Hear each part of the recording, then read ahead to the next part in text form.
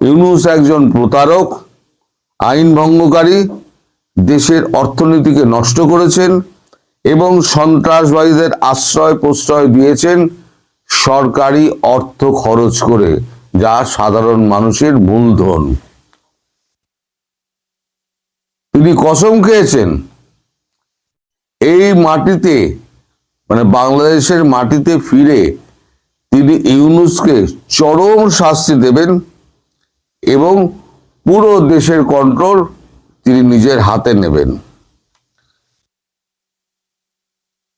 উনি বলবেন যে যতক্ষণ না আমি এই আমার পণ থেকে সরে আসছি ততক্ষণ আমি শেষ নিঃশ্বাস ত্যাগ করব না, এবং দেশের মাটিতে ফিরে আমি এই কাজটি সম্পন্ন করে তারপর আমি শেষ নিঃশ্বাস ত্যাগ করব। এই বলে জয় বাংলা, জয় বঙ্গবন্ধু বলে উনি শেষ করেন। এটা হচ্ছে আউটলাইন। টোটাল যে ভাষণটা সেটা হচ্ছে 7 মিনিট 5 মিনিট 27 সেকেন্ড। এরপরে যা প্রশ্নোত্তর থাকবে সেটা করবেন উপস্থিত যে সমস্ত নেতা, তারা সবাই যথেষ্ট অভিজ্ঞ, বয়স্ক এবং শেখ হাসিনার আস্থাভাজন। এইটা নিয়ে আপনাদের একটা কৌতূহল ছিল, সে কৌতূহলটা আপাতত আমি আজকে মোটামুটি একটা মেটাতে পারলাম। এদিকে ইউরোপিয়ান ইউনিয়নের একটি প্রতিনিধি দল ইউনূসকে গিয়ে ব্যাপক চমকে এসছে। চমকানো মানে একদম পুরো ব্যাপক চমকে এসছে। সে প্রতিনিধি দল মানে কোন কোন দেশ ছিল ইউরোপিয়ান ইউনিয়নের? ইউরোপিয়ান ইউনিয়নের দেশ ছিল যেটা হয় সেটা হচ্ছে ইটালি, সুইডেন, 8টা দেশ। Italy, Sweden, Norway, Denmark, Spain, Austria, Germany এবং সুইজারল্যান্ড। এইটার নেতৃত্ব দেন অ্যালেন লে মেলিন এবং প্রতিনিধি দল। তারা ভেতরে গিয়ে তারা ইউনূসকে প্রচ্ছন্ন হুমকি দেন যে আপনাকে মানে ইনক্লুসিভ নির্বাচন করতে হবে, ভারত যা চায়, মার্কিন যুক্তরাষ্ট্র যা চায়, আমাদের চাওয়ার মধ্যে কোনো অভিন্নতা নেই, আপনাকে এই কাজটি করতেই হবে। তার জন্য আপনাকে যদি বিকল্প কোনো রাস্তা ঠিক করতে হয়, অর্থাৎ পরবর্তী ভোটের যদি লাইন ঠিক হয় করতে হয়, তাহলে আপনাকে তাই করতে হবে। আদারওয়াইজ এই নির্বাচনকে কেউ সমর্থন করবে না এবং আপনার গায়ে আরো কাদা লাগবে। এটা আমাদের কোনো হুঁশিয়ারি নয়, যেটা বলেছেন এটা কোনো রিকোয়েস্ট নয়, এটা অর্ডার, এবং এটা শেষবারের মতো আপনাকে বলে দেওয়া হলো, এরপর আর বলা হবে না। অর্থাৎ ইউনূসকে একটা চরম একটা হুমকি দিয়ে গেলেন। তখন ইউনূস বলেন সরকার তো লোক আনছে, প্রচুর লোক এখানে আসবে। তখন ইউনূসকে ওনারা বলেন যে ভোট যদি অংশগ্রহণমূলক হয় এবং অবাধ হয়, সেক্ষেত্রে আপনার লোককে নিয়ে আসতে হবে কেন? লোক তো স্বতঃস্ফূর্তভাবে অংশগ্রহণ করবে, তাহলে লোক আনতে হবে কেন? এবং আপনি যে সমস্ত প্রচার করে বেড়াচ্ছেন এই গণভোটের ব্যাপারে, সে সমস্ত প্রচার করছেন কেন? তার জবাব দিয়ে আপনাকে করতে হবে। আপনি একটা দেশকে আপনি অস্থির করে ফেলেছেন, এটা আমরা চুপ করে বসে দেখব না। ফলে আপনাকে এটা কোনো সাবধান মানে নয়, একদম আপনাকে হুঁশিয়ারি দিয়ে গেলাম, আর দ্বিতীয়বার এ নিয়ে আমরা কথা বলবো না বলে তারা চলে যান। ও যাওয়ার আগে আমাদের ডাস্টবিন শফিক তিনি কিছু বলার চেষ্টা করেন। তার ডাস্টবিন শফিককে এই যিনি নেতৃত্ব দিচ্ছেন অ্যালেন লে মেলিন, তিনি বলেন আপনি কে? তখন উনি হাত কষলিয়ে কষলিয়ে উনি বলেন যে আমি হলাম গিয়ে ওনার সচিব।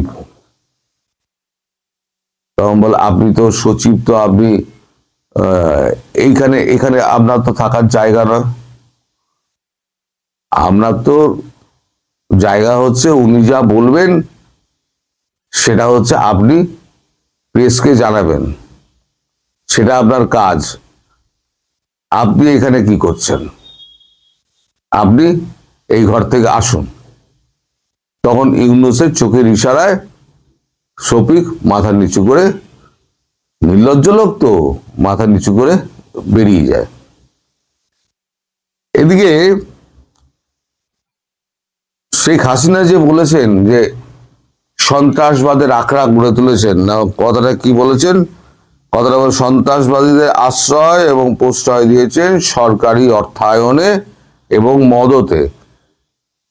সেখানে ভারতবর্ষের বিরুদ্ধে ইউনূসের একটা বক্তব্য ছিল। বক্তব্য বলতে ইউনূস বলেছেন যে এই যে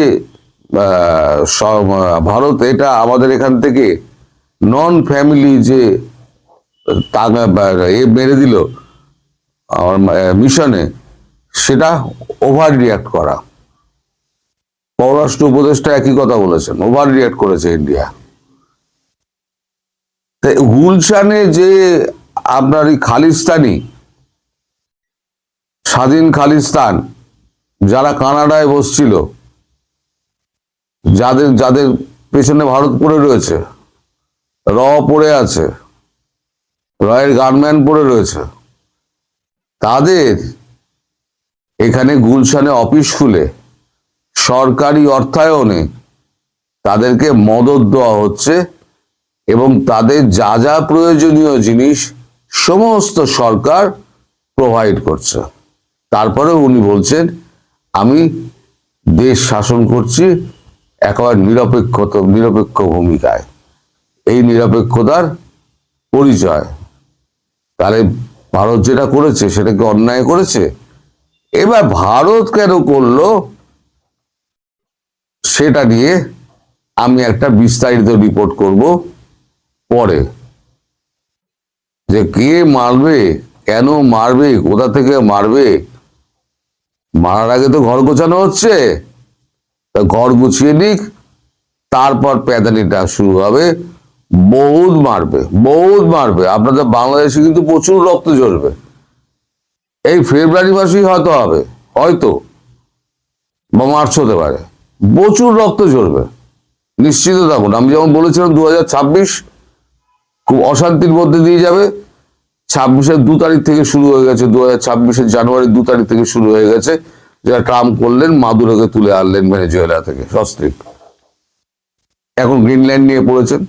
মাঝে ইরান শুরু হয়েছিল, তারপর ইরান একটু থামাচাওয়া পড়েছে, এখন গ্রিনল্যান্ডটা শেষ হোক এই নিয়ে ইউরোপিয়ান ইউনিয়নের সঙ্গে তার লেগে গেছে ঝড়াবড়ি। সেটা দুপুরবেলা ভিডিওতে আমি করে দিয়েছি, সেটা দেখে নেবেন। এখন ইউরোপিয়ান ইউনিয়ন চেপে ধরেছে।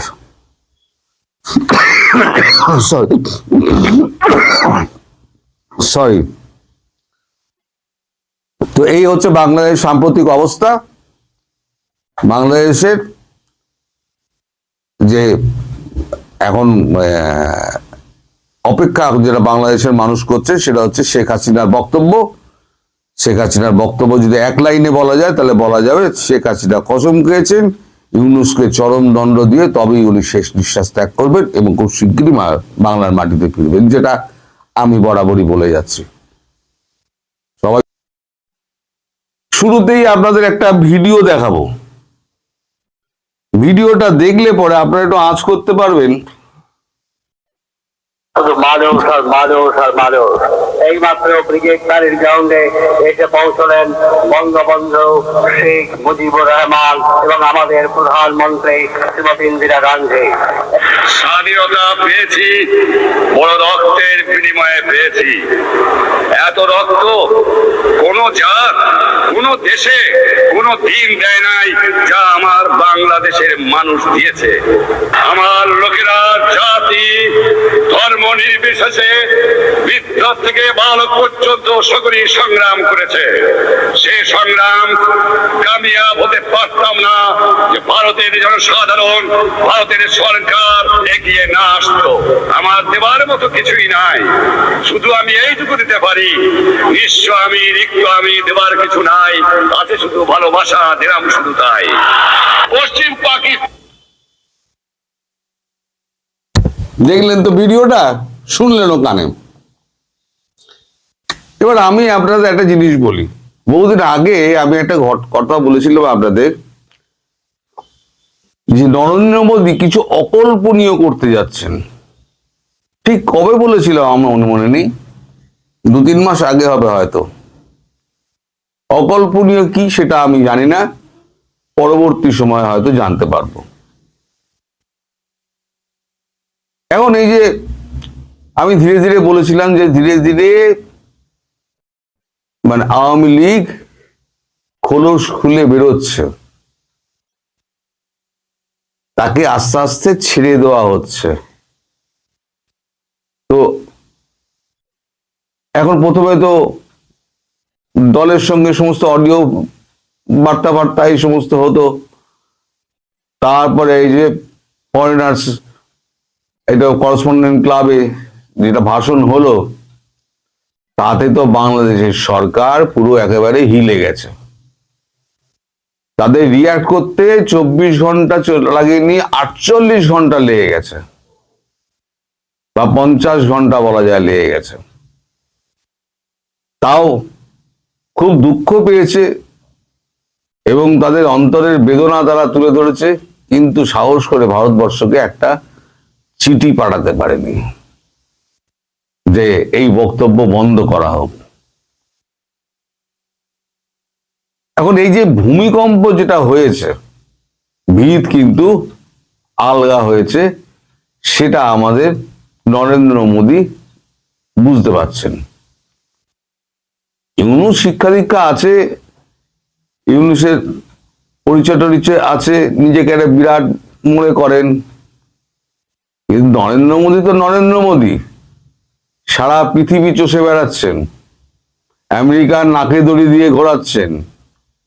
যে ইউরোপিয়ান ইউনিয়ন একদিন শুধু ভারতবর্ষের নিন্দা করে যেত, তারা এখন ট্রেড ডিল করার জন্য, আর্মস ডিল করার জন্য তারা ছুটে আসছে।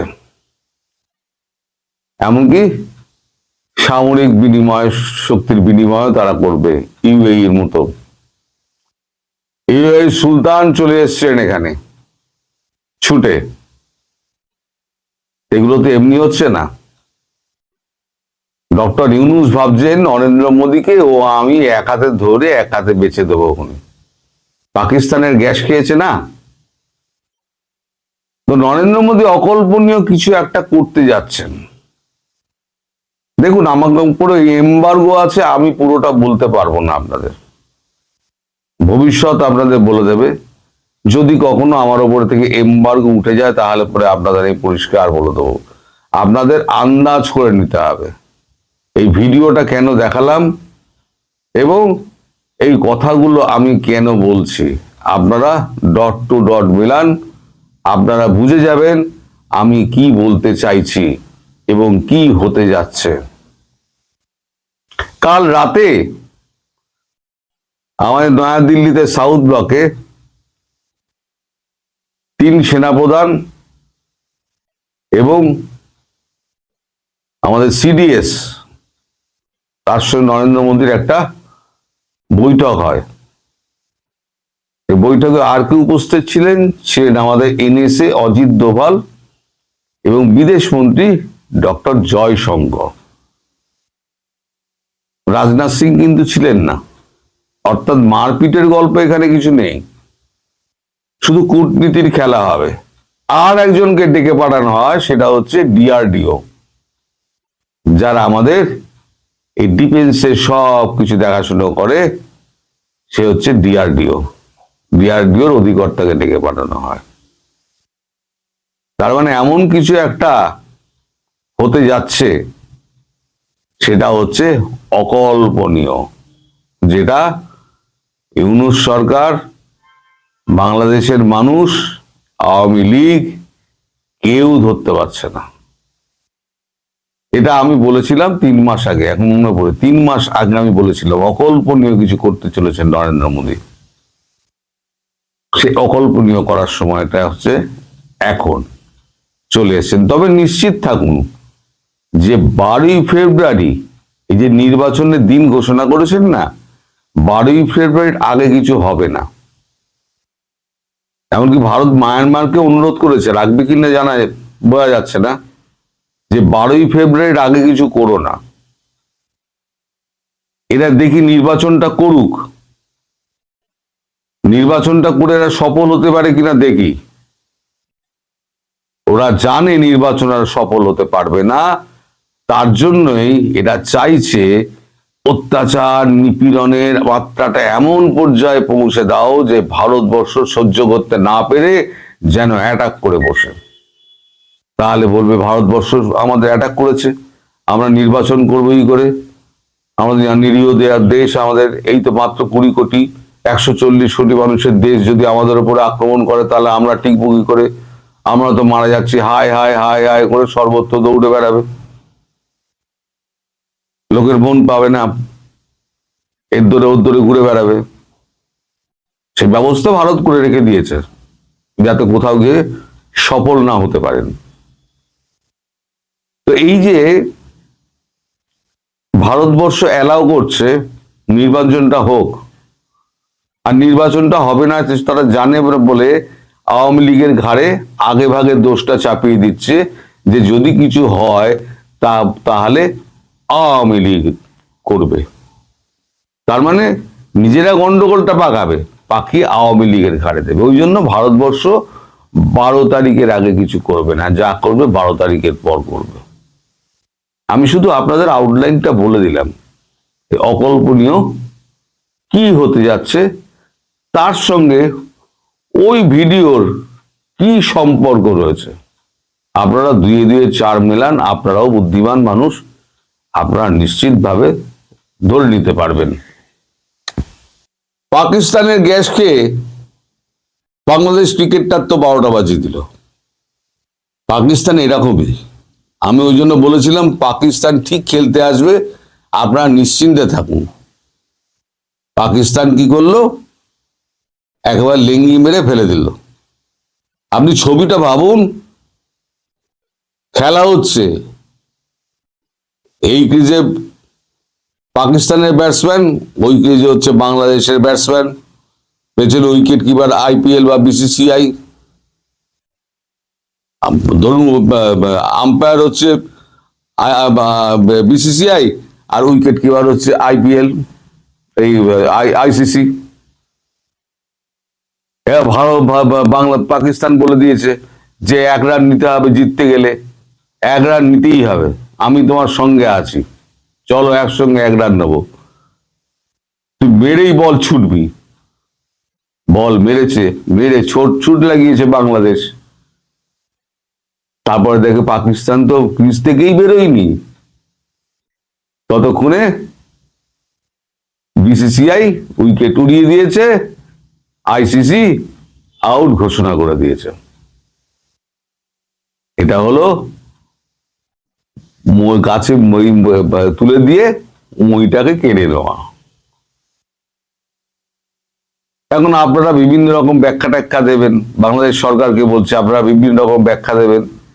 আপনারা টোটাল যে গান্ডু বনে গেছেন পাকিস্তানের কাছে, আপনাদের গান্ডু বানিয়ে দিয়েছে, সেটা নিজেরা এবার স্বীকার করুন। আমি সবশেষে একটা কথা বলবো, যে এই ভিডিও টোটাল দেখানো এবং আমার বলার মধ্যে একটা সামঞ্জস্যতা আছে, যেটা আপনারা ধরে নিতে পারবেন। আমি একটা কথা যেটা বলবো সেটা হচ্ছে, অনুপস্থিত শেখ হাসিনা উপস্থিত শেখ হাসিনার থেকেও কিন্তু ভয়ঙ্কর। সেটা বাংলাদেশ সরকার, ইউনূস খুব ভালো মতো বুঝতে পারছে। আর নরেন্দ্র মোদী জানেন আসল নাটটা হচ্ছে ওইটা। সুতরাং ওই কাঁটা দিয়ে কাঁটাকে তোলো। একটা বুলেটও খরচা হবে না, কিচ্ছু খরচা হবে না। যে অকল্পনীয় যে পরিকল্পনা হচ্ছে, সেই অকল্পনীয় পরিকল্পনা যেদিনকে বাস্তবায়িত হবে সেদিনকে দেখবেন এইসব ঝেঁটিয়ে লোকজন রাস্তায় বেরিয়ে পড়বে এবং এদেরকে ঝেঁটিয়ে বঙ্গোপসাগরে, কাল যেটা বলেছিলাম, বঙ্গোপসাগরে সব ফেলে দেবে। এখন শুধু সময়ের অপেক্ষা, কোন দিন কোন সময় সেটা হয়। 12 তারিখের আগে নিশ্চিতভাবে হবে না। তবে এক অডিও বার্তায় যদি এদের ভূমিকম্প হয়ে যায়, তাহলে পরে যে গল্প আমি বলতে চাচ্ছিলাম সেই গল্প যদি আমি বলি, যদি এমবার্গো না থাকতো তাহলে আমি যদি বলতাম, তাহলে পরে আমার এই ভিডিওর পরই সরকার পতন হয়ে যেত।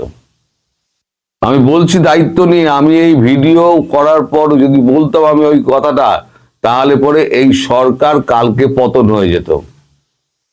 কিন্তু এই এমবার্গোটার জন্য আমি বলতে পারছি না। আপনারা বুদ্ধিমান মানুষ, আপনারা নিশ্চয়ই ধরে ফেলেছেন। আপনারা না দিতে পারলেন 2-4 জনের সঙ্গে কথা বলবেন। এই ভিডিওটা প্রথম দেখানো আর আমার এই বক্তব্য আর অকল্পনীয় কিছু করা এবং কাঁটা দিয়ে কাঁটা তোলার যে যোগটা আছে, সেই যোগটা কি হতে পারে আপনারা সবাই ভাবুন, ভেবে মন্তব্য করে আমায় জানাবেন। সবাই ভালো থাকবেন, সুস্থ থাকবেন।